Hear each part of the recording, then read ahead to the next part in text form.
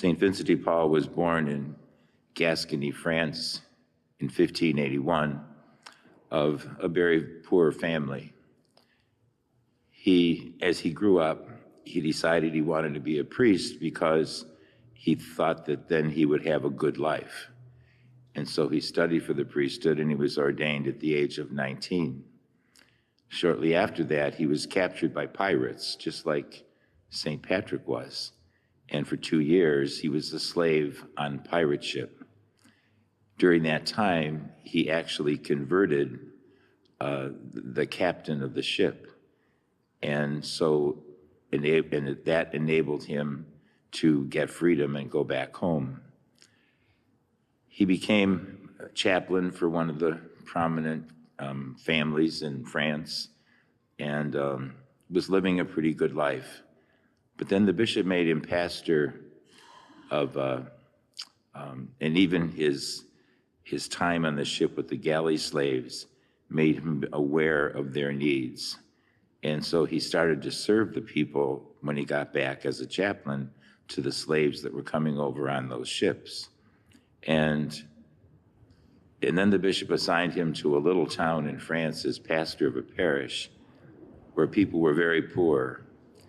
And he soon realized there that that was his calling and his vocation, to help the poor of the community, who were financially poor, who were sick, who were aged, elderly. And he also noticed how there was a lot of bad priests. There are a lot of priests not living up to their vocation as they should. There weren't seminaries in the area at the time. And so he started a seminary to train priests. He gathered about 20 men together at first so that they could help him in his ministry to the poor.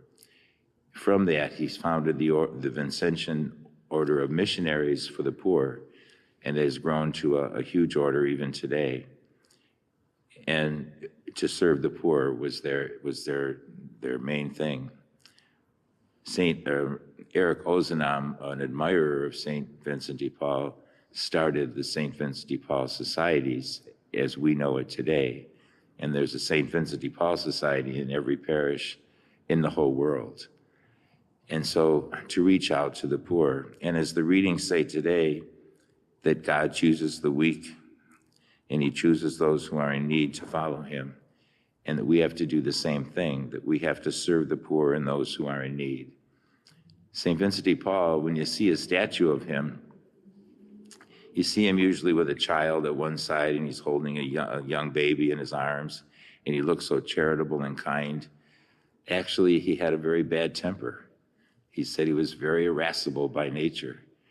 And he said what happened was, actually it turned out to be a blessing because every single day he had to get down on his knees and pray to God to help him control his temper.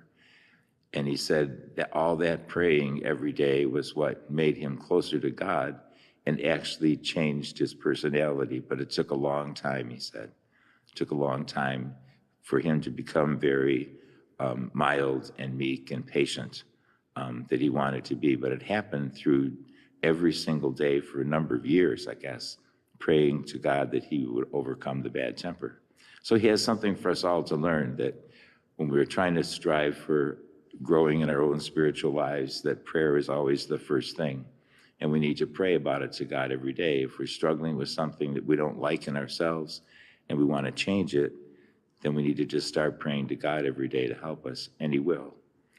St. Vincent de Paul said that in teaching his followers, he told them that they needed to be patient with the poor. He said sometimes they come and they're kind of rough around the edges. He said if you were hungry and if you were homeless and wondering where your next meal was coming from, you'd probably not be too nice of a person either. And he said, but our kindness to them is going to help them to change, because we'll be treating them with the love of Christ. And then somebody complained to him that if somebody was at the door needing food or something, and he was praying, he would get up and go help them. And some of his followers said, well, shouldn't you put God first and keep on praying? And he said, no. He said, I just go with God, I'm praying with God. And then he said, I just got up and went to another place where God was. and that was in the poor person at the door. And so he just always saw the Lord's presence, a wonderful, wonderful saint for us to imitate. And today we ask him to help us to have that same sense of absolute trust in God. That's where he came from when, how am I going to feed all these people? He would just trust in the Lord, and somehow it would happen. And the Lord wants us to have that kind of trust in him too. Let us stand now and offer our prayers and petitions.